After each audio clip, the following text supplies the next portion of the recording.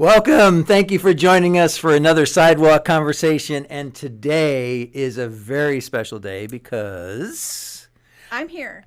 yes, I get to talk to my wife, Carol. We do this, and she does it somewhat reluctantly, maybe every 6 to 8 months. And so this was Thanksgiving week, and I thought this would be a good time to bring her on because we want to talk about family. We want to talk a little bit about celebration. And so I am delighted that you agreed. Are you thankful for me? I am very thankful for you, good. honey. I'm glad to know it. All right. Well, one of the things I always like to do, because I think there are a lot of people who enjoy watching when you come on because it gives them a little chance to catch up with your life and what you've been doing. And so since the last time, this is the first time in this studio, right? Mm-hmm. But since the last time we chatted on a broadcast like this, we kind of gave people an update on your life, and there were a couple things you were working on. So go ahead and give us an update on what you've been doing, let's just say the last year or so. Okay. Well, the number one exciting thing is that our son got married. Our son, our oldest son. Yes. Yep, he's our oldest son. He's going to be turning 34 pretty soon, and he married a delightful young lady named Alyssa, and she now goes by Alyssa Van Waarde, which is always kind of a freaky thing for a parent to have an additional Van Waarde around. But we love her, and the wedding was limited due to COVID. And yeah, it actually got delayed a year. They were supposed to do it last year, and they had to wait a whole year. But they finally got her done. They did, and it was a true celebration. And I just, in talking to them since the wedding, what I have delighted in are the offhanded comments that both of them make about really enjoying being married. Yeah, yeah. Like they're not, I don't sense any of the just been married and I don't like the way you don't put the toilet seat down. None of that stuff. There's no complaining.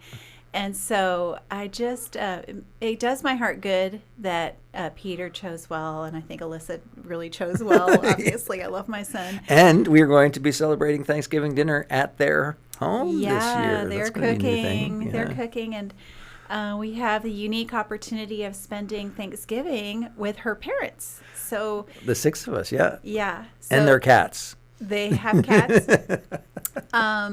So we haven't spent extended time with Alyssa's parents. They live in Tulsa, and they are, just unique human beings. They're delightful as well, and so we'll have an opportunity to have extended time with them.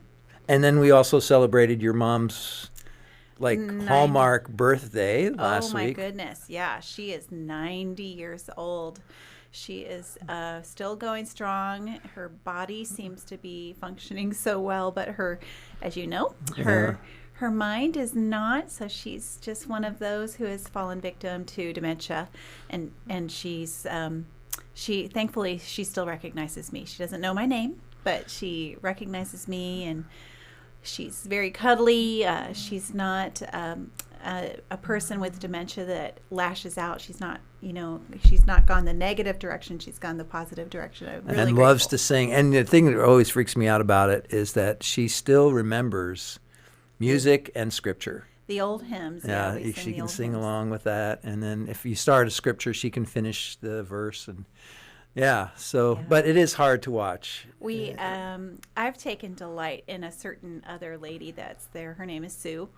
And she used to be a pastor's wife, and so I invite her to sit with Mom and I sometimes. And she's, very far gone. I can see her health declining quite a bit. But last time we were there for her birthday, for my mom's birthday, I invited Sue to sit with us, and she could sing some of the choruses as well. Yeah. That was great. And of course, what takes up most of your time these days is your business. You are now knee deep in real estate world. So tell us a little bit about what you're doing there and how that's going. Yeah. So, this month is my 2-year anniversary. I feel so excited about that. I think, with every passing year, you get more comfortable with everything, and just feel more confident in all the steps that you take to help a transaction succeed. And And you're extra busy because your team lead is off on maternity leave, and so you have like a double load, but you're managing it so well as a observer close at hand. Yeah, I have some of my own clients, and now I've taken on her clients, and so I'm just doused with things to do, but I absolutely love it, and have found just like a good system for myself every day. I just cover this, and this, and it seems to, like, systems really help you feel like you're covering all the ground, and gives you confidence that nothing's left undone. And I just want to compliment you on this, because I think, there's two things I've watched you do for your clients, and that is that one, you're a very peaceful person. Like, you don't get easily rattled, you don't get easily, thrown by this or that. And there's a lot of things that happen in the development of a contract and the execution of a deal that can throw people off. And so, because of your demeanor, you kind of bring a peaceful feeling to the whole experience. And I love how you care for your clients. And I've just seen you do the little extra things to make sure that your clients know how much you appreciate them and want to do right by them. So thank you. It's been really fun to watch. Well, thanks. There's one person I'm dealing with now, whose name should I say? I mean, like, what he would, I won't say it. But he is throwing a wrench in the system all the time. And, I mean, it's just been a short period of time. But he's not cooperative, and so I don't like that. And so I really have to think every day, okay, what can I do to make sure things are going to be okay in relationship to what he's doing? So that alleviates some of the uncertainty and gives me a level of peace that I'm okay with. And is that the hardest part? Is like when you have to deal with a client that's maybe not as cooperative, easy to work with? Is that the hardest part of the work? Yeah, because I always want to manage relationships in such a way where they're grateful to work with me and where they feel confident too. And if somebody is like not communicative or uncooperative, what do you do with that? Because it's a little bit out of your control. Yeah, and, right. I constantly just tell myself, well, you do what you can, and you use kindness. Nobody likes people who are gruff. And so with texting and emails, you never know how people are perceiving what you're writing or saying. And so phone calls, I think, help alleviate that. So I've had one phone call with that gentleman, and I think it was a good one. So, and expressing appreciation, too, whenever there is a positive, I think helps. Good. Well, everybody's talking about real estate right now. It's kind of like a crazy market. What are some of your observations about what's happening right now? Yeah, well, right now, so after this crazy time that we've had, this particular time of the year consistently is a better time of the year for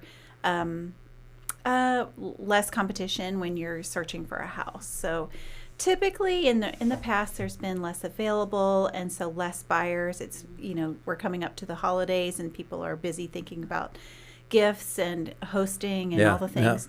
And typically this is not a busy time of year, but this year there is more on the market. The rates are still good, and it still is a good time to buy. So, and if they need somebody to help them find, they can give you a call. They can give me a call. That's right. Yeah. Oh, well, shameless opportunity to promote myself. Yes, right here. There you go.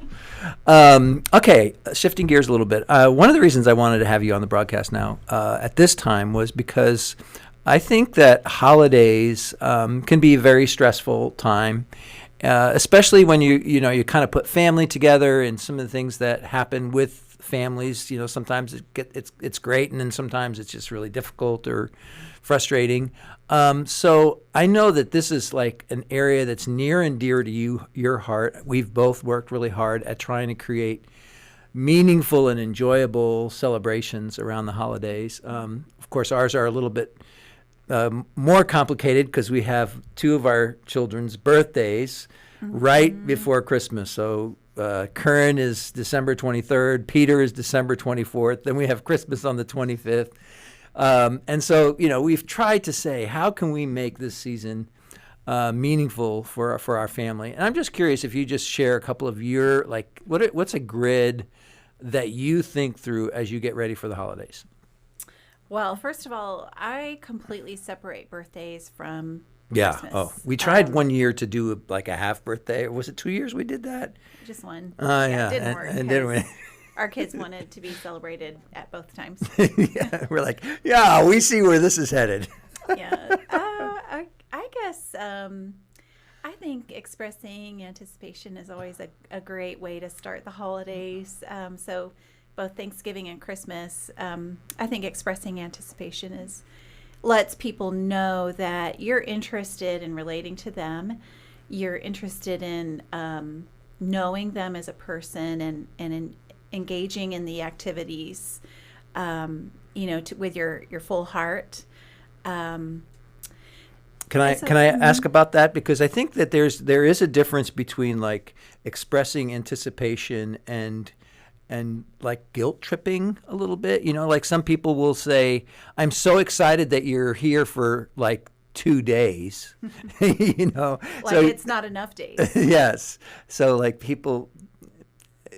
Like, I think you have to be, all I'm saying is I think you have to be sincere about that and not mix it with whatever else you might hope or wish, kind of taint the anticipation with some kind of other comment. Yeah, so identifying, I think, what they might be excited about in coming. So, when our daughter and son-in-law come to visit our house, I know that they have friends here and they love to visit them. And so I celebrate that for them, even though I'd rather have them all to myself and never leaving the house or always doing things together. But I want them to love to come. And so whatever it takes to enrich that, if they sense any, hesitation or guilt tripping or anything like that, they're not going to want to be around me. Because I put that on them. If you're listening right now and I do any of that, just let me know, okay? I don't want to do that. And there may be things in me that I communicate subconsciously about. No, I think you're really careful makes about it that. Unappealing. Yeah, I really work hard at it, and so I would want my children to tell me anything like that. I think one of the things my dad used to say that I think we've tried to do as well in our home, which is, don't think about what's not happening. Think about what has happened or is happening.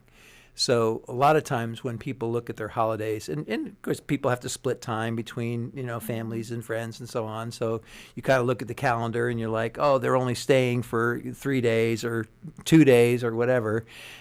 And then you hear about another family that, oh, they stayed a whole week. And you're like, how come they don't only, or they're always over there, whatever. So you can get very nitpicky about what's not happening instead of taking a lot of joy and celebration in the fact that, hey, they want to be here for 2 whole days. Yeah. That's cool. That is a great perspective changer. It's your perspective. Yeah. The other thing about expressing anticipation is there's a balance to that too, I think, because you don't want to express so much anticipation that they think, hey, we're going to have the most exciting trip ever. They've got all of these exciting things planned for us, but I think laying out once they arrive, here's our plan, or even before they come, that we've got X, Y, and Z to do as anchors to your time here. Let us know if you want to do other things, or let us know that you don't want to do those things, and we'll adjust. Yeah. So I also feel like meals around the table can be so darn meaningful. Oh, yeah. They can also be, meaningless. So often what we've done in our marriage of 38 years is plan conversations. Oh, yeah. Yeah. And so, if you're reading a great book or article, if you've listened to a great podcast and you've been thinking about the things that were talked about in the podcast, those are great topics to talk about. Yeah, and they really draw out, the thoughts, especially for the spouse of one of our kids, for them to like have a chance to share a little bit more about their life experience or their thoughts. I think some of our best conversations with Josh have come over those dinners where you came up with a question and it kind of drew him out in a way that I think helped us to really get to know him. Yeah. And made those meals so meaningful. Yeah, you get to know people in new ways through conversation. Yeah. So really spending some time, like sometimes you and I talk about what are we going to talk about, and other times, we haven't had that time to plan that. So I've come to the table with some ideas. Yeah. You've come to the table with ideas, and it just works beautifully. Not to say that sometimes we have meals that are just, how's your day, like that. So, but I feel that meal times are super significant for the holidays, and you need to be thoughtful about it. Yeah, I love that. The other thing that I think that has worked well for us is that we usually start, however long the people are going to be with us, we start with a family powwow. So we, sit around the living room. We have our little nuts and a glass of wine or a soda or something, and we just say, okay, so we have these next 2-3 days together. What do we want to do? And we'll just kind of brainstorm some ideas. Sometimes it'll be about going somewhere, seeing something, going for a walk. And sometimes it'll just be, hey, we want to cook one night or something. So I think those powwows kind of help set the pace for the time and make sure that we are purposeful about our time together. Yeah, I remember your dad would come. We'd all arrive at your parents' house for Christmas, and he'd have a list of like 20 things, as I recall. And some things were obviously knocked off the list right away. And then usually there were, just a handful of things that seemed outstanding. So I always appreciated that. My family didn't do that, and I love that idea, that intentionality that he thought about how we would spend our time. Yeah, and it gave you a sense that he was really looking forward to it too. Yeah. I'm curious, what's on that list of things that y'all would do? This Christmas? We haven't made a list. Yeah. So we're getting comments from the peanut gallery. Stacy's looking for ideas for her Christmas vacation. Okay, you guys, we need ideas. You can put it in the chat feature right now. This will be our third, let's see, 2019, 2020. Okay, this will be our third Christmas here. Is that right? Or second? Third. Yeah, no. And we've never been to Zilker Park for Christmas lights, so I want to do that. I thought we did that last year with Peter. That was Coda. We went to Coda. Oh yeah. And we paid $35 for. We didn't like it. So. Okay. So anything else that makes the holidays meaningful that you think would be worthy of sharing? Not feeling judged or judging. So I think that because family can be intense sometimes, anytime you get or I get a negative feeling, I explore it. Like, why do I feel such and such right now? And I intentionally take some time out to figure that out. And it always happens to me. In all kinds of different relationships. So I felt that like I had to explore things with you. Like, not with you, about you on family reunions. So, yeah, it's true. We've been married 38 years. I remember some of those conversations. Yeah. Well, and you kind of like, I'm sorry to interrupt. Go ahead. Oh, well, I just think if you can identify it, it takes some of the power of the emotional way, Yeah. and even journaling about that stuff. And then, perhaps even having a conversation, maybe not right then, but after some time has passed, to have a conversation about that thing that is upsetting you. I have a practice in the morning where I wake up and maybe I just say, hello, God, and just sort of greet the Lord as the first thing in my day. And then because I have been wanting to deal with some things, I ask myself, one of the first things I do in the morning is ask myself, what are my feelings right now? I find that in the morning I have strong feelings, and I think a lot of people do, and they don't acknowledge it. Coffee. Need coffee. You feel coffee? No, you need coffee. That's your strong feeling. Sorry, I mean, you were being so often- profound, and I was being like You're childish. Yeah. Stacy. Oh. So, yeah, I have strong negative emotions in the morning oftentimes, and to just sit with that for a minute or a couple minutes, whatever I need. And even sometimes I walk into our living room and sit down with my cup of coffee, and I try to explore it as much as I can. Sometimes I don't get to the bottom of it, but I think it's helpful. And during the holidays, you may wake up with a dread or anxiety or just something negative. Yeah, yeah. Or maybe, maybe you're awesome and you wake up with joy. So, or maybe it's both. Anyway, yeah, that's I think a crucial thing for the holidays. Yeah, I think you're right. And I think, one of the things we talked about a lot that I think might be worth bringing up too was during the reunions. I think what happens to people in families is they tend to revert back to roles they used to play in the family. Mm-hmm. And so you may have a relationship with this person outside of your family, but then when you come to the family, everybody kind of treats you like you have been in the family over the years, and it creates some tension, like, who's that guy? Why is he doing that, Well, I would say, like, even right now, I have to work on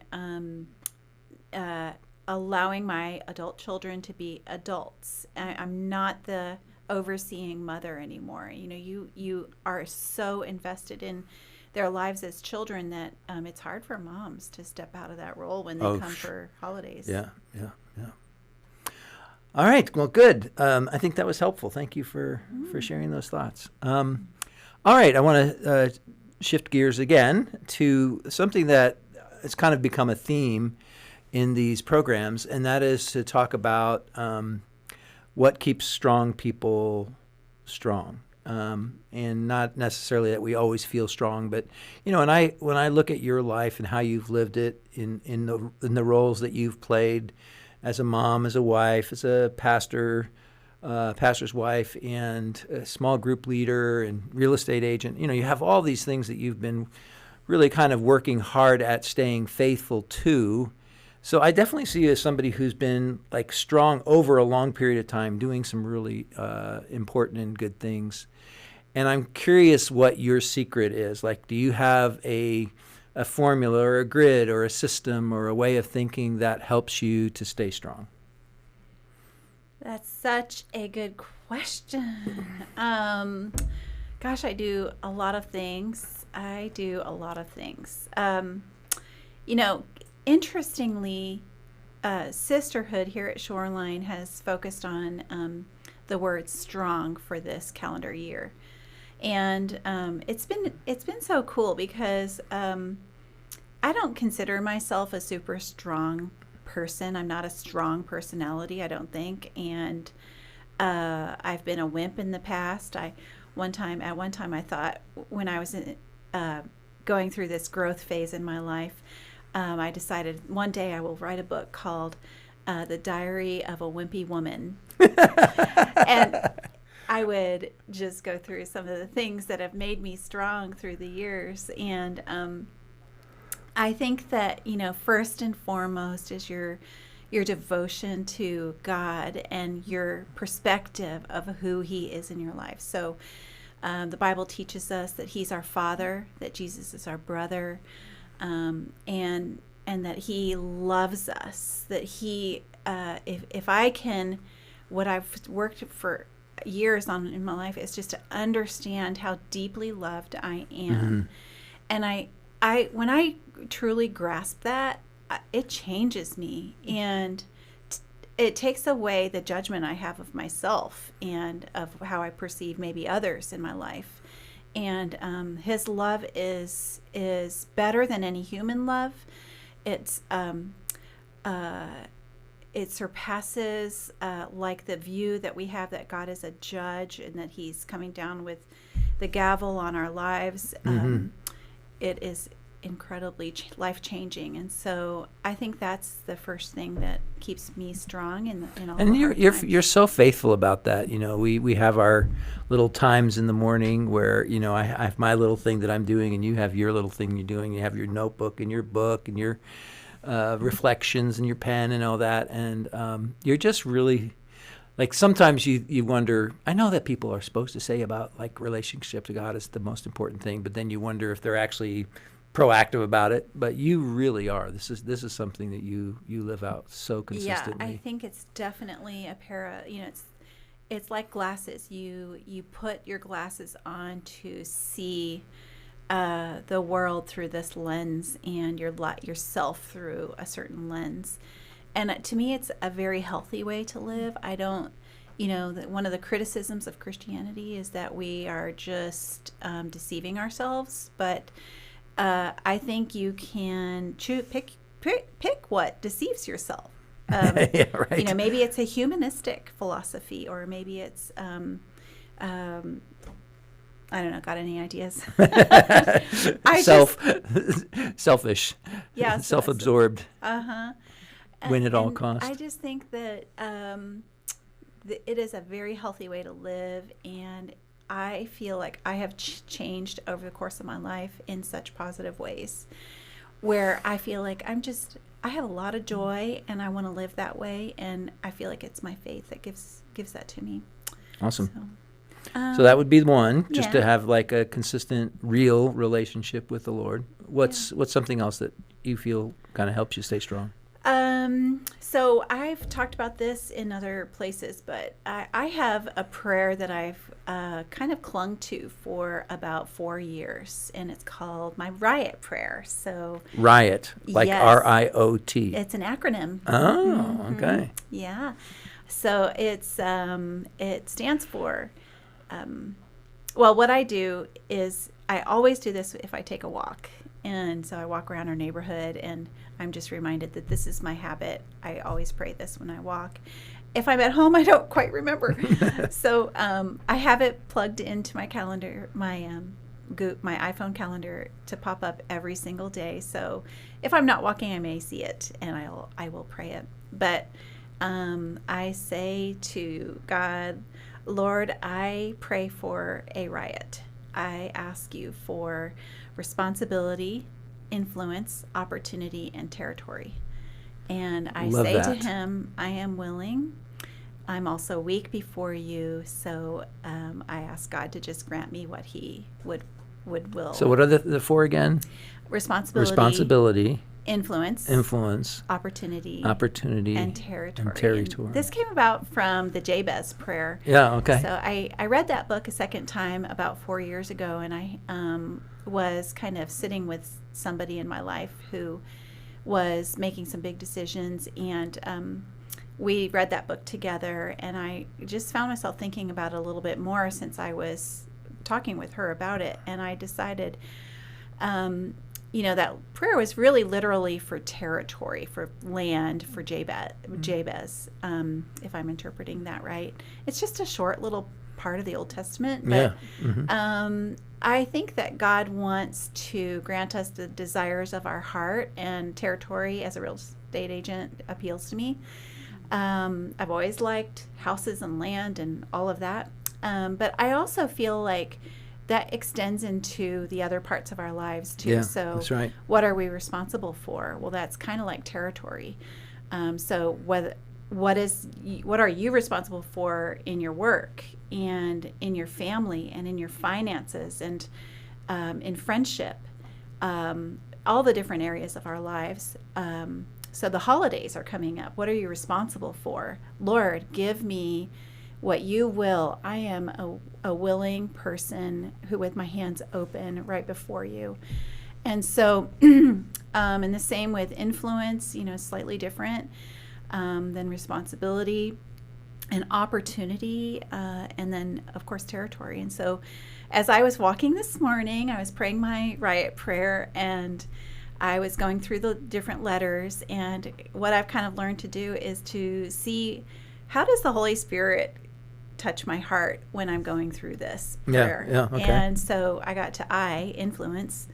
And I immediately thought of this interview today. And not that I would influence anybody out there, but it's an opportunity to influence others for the holidays or in whatever way. Yeah. And I just find that this is a very dynamic prayer for me, the Riot Prayer. And I just find new ways that it is meaningful to me, and the Holy Spirit speaks to me for what I need to do. I think that I kind of grew up with a little irresponsibility in me, a little bit of a lazy gene too. Not gene, I shouldn't say that, just a little bit of a laziness thing. And so it's really challenging to me, and I usually come back from my walk with something significant that I Yeah, you're like ready to go. Yeah. Yeah, even health is one of those. It can be what is my responsibility in health and my opportunity in health. Yeah. So Now, I'm curious, how do you connect that Riot Prayer? Because I think it's great that you have something that you keep coming back to. It's kind of like the scriptures in some ways, where you can read the same passage over the years, and it can mean different things to you as you come to it with a new set of eyes and maybe a new experience, so that you have a constant prayer that you're praying that also has nuanced meaning over time. But I'm curious, how do you see that prayer connected to your strength? How do you feel like it helps you to stay strong? yeah. That's such a good question.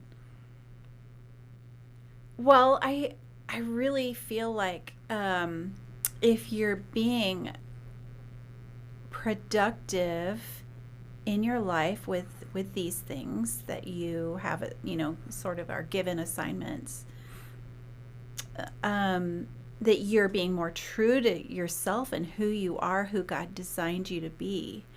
And if you're being more true to yourself, then it keeps you truer or more aligned. If you're aligned with who you are, I feel that makes you a stronger person. Yeah, I think isn't it the word integrity? Isn't that like the same idea? It's like integral. You're a whole person, and when you're whole, it's obviously better than being scattered and in pieces. So if you have like a part of your person over here that's not consistent with what you are over here or here or here, that weakens you. But if you're like bringing your whole self together, and you can bring your whole self to your whole life, I can see how that would like cause you to feel and be stronger. Yeah, I think so. I think that you don't want to be too neurotic. I think that when you say, I want to do all this and I want to be faithful to all these things and do all these things that you feel are you're responsible for or whatever, that you can be overly neurotic about it. But I think for me, like just doing them in the absence of not doing them, for me is making me stronger. I can see that. Yeah. Yeah. Well, this has been really fun. Thank you so much for being on the program. And I do want to just say publicly, thank you for doing this adventure of life with me. And even this adventure that we're doing, we took some risks, and we said, okay, well, we're going to take another step with a website and a podcast, and, that costs money and takes time and all of that. But you have been so supportive of this whole venture and, asking me about it and cheering me on. So I just want to say publicly thank you for that support. I really, really do appreciate it. Can I say thank you as well? Okay. Well, first of all, you're welcome. Thank you. Because I prefer a husband who's happy and doing the things that he is created to do too. So I love that.